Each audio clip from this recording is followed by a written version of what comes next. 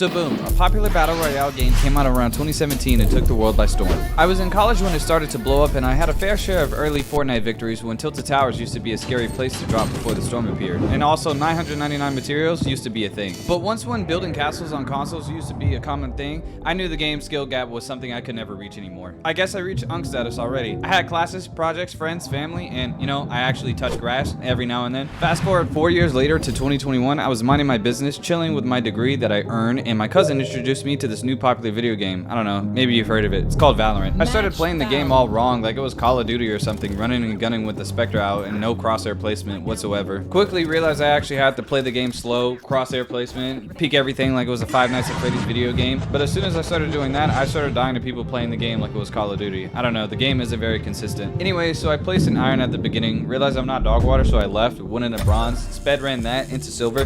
Then I was hard stuck. After breaking all of my keyboards, I realized that aim alone isn't going to get me out of this rank, so I had to truly learn the game to develop some game sense and learning the maps. Learning callouts, positions, communicating, working as a team. Yeah, you know what I mean. Getting cussed out by your teammates because they died and blame you for doing something wrong even though you really didn't. Yeah, that kind of teamwork. And after that, I was actually able to get out of silver. Also made some friends along the way, but then I was hard stuck again in gold. Honestly, this time as to why I was getting hard stuck, I wasn't doing anything wrong. I just kept losing all of my games. There were too many variables to consider as to why I was losing those games, like teammates not wanting to work together, cheating, smurfs, and other stupid stuff that I had to use to cope as to why I couldn't get out of the gold. Whether it was copium or not, you guys can debate in the comments, but I actually ended up leaving gold lobbies and finally touching plat, but I didn't change up my playstyle, so I don't know what I did differently. So when I finally touched plat, the episode ended and it restarted, so once when I tried to do my placement games, I ended up placing silver. Yeah, I was done after that. At the time, I just wanted to see the ending of Attack on Titan and catch up on One Piece, but I ended up accidentally getting a job and a girlfriend at the same time, so I didn't have any more time for Valorant. I needed something else to spend my money on that wasn't my girlfriend or Valorant skins, but I also hated building mechanics in fast-paced games like Apex, so I needed something new to find. I went on Steam and found a game called Farlight 84 to give it a shot, but I thought this game was going to be trash, but it actually turned out to be a really fun game, and I ended up loving it because I was really good at it. However, on my 10th game win streak, I kept getting these annoying Discord pings because of somebody claiming to be my girlfriend kept telling me that I had work in the morning, so I had to stop playing for that time.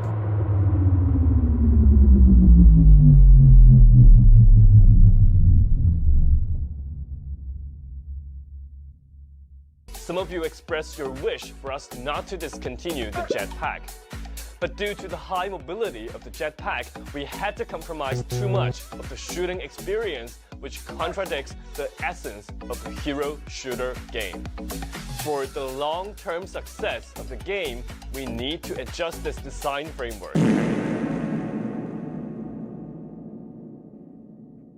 This is how they killed my favorite game. The downfall to this game was so unexpected, but also so easily avoidable. So let's find out what happened. Back in 2023 in April, that's when the game launched on Steam, and when a good friend of mine told me about it during the beta. It averaged over 3,500 players in April, but it peaked at 41,000 players in June. It's still losing players to this very day. As of December, it barely averages over 1,000 players a day, if those are not bots. Some people say that the fall off of the game happened when the announcement I showed you just now from one of the main developers said in an interview. But honestly, I think it started a little bit earlier than that. Even before they got a little too big for their own heads, in my opinion, it's a combination of three main issues. But the first thing I like to bring up is the maps. At the time, there were only 2 maps to choose from, but I'm not gonna lie, me and my friends only like one map in particular anyway, which the name of that one was Sunset City. It was a great map with easy to learn callouts, small enough to get the hang of early on, and had a lot of unique areas to drop. And it had the most consistent good loot for everyone to get. Farlight has the same mechanics like any other battle royale game, but the developers wanted more players to try out the new map. But everyone just kept playing Sunset City because if it works, why stop? Well, the developers didn't like that, and they had other plans, so they vaulted Sunset City, forcing players to play this new humongous map called Sundaye. Now, usually I'm for the bigger maps because bigger is better,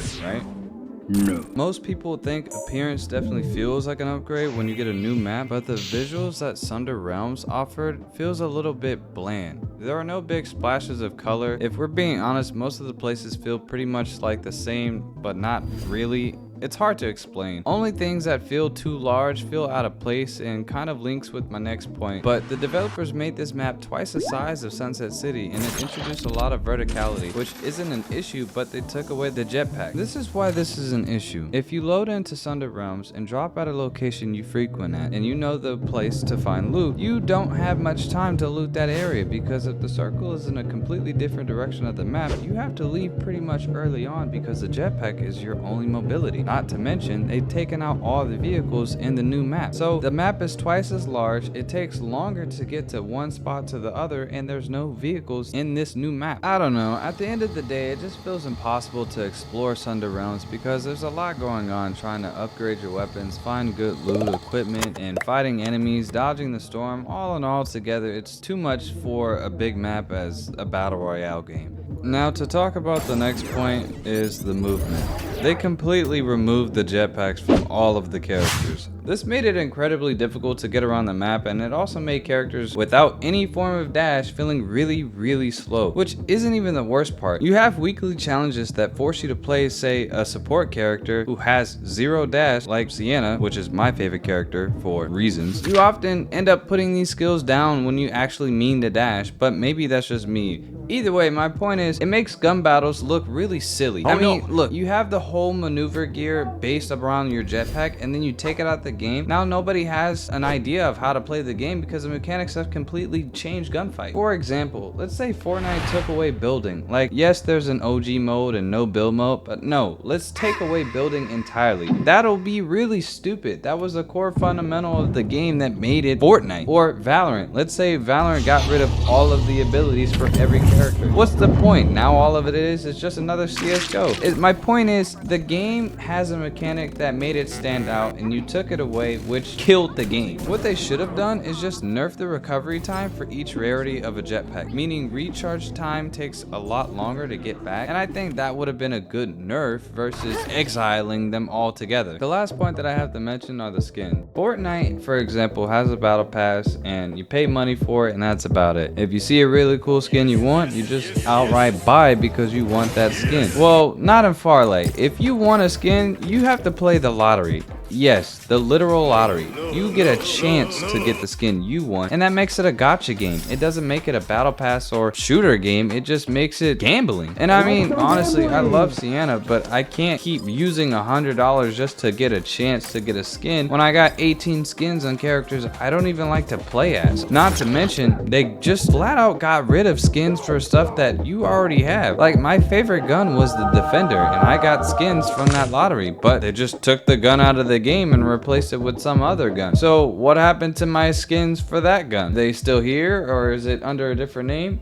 They're just gone. And this really sucks because I was a menace at this game. I was a force to be reckoned with, not somebody to be taken as a joke or lightly. I was a literal threat. I mean, the game worked the same way as Valorant did, except the only difference is it didn't have iron. It was bronze, silver, gold, platinum, diamond, master, which is, I assume, ascendant, and legend would be immortal, and then mythic is radiant. The thing is, I was the #1 legend. Dude, that was effort. That was real work. A grind, mind you. And this ain't a joke either. I'm top 50 in North America. I'm ranked the 35th best Sienna player in the United States overall.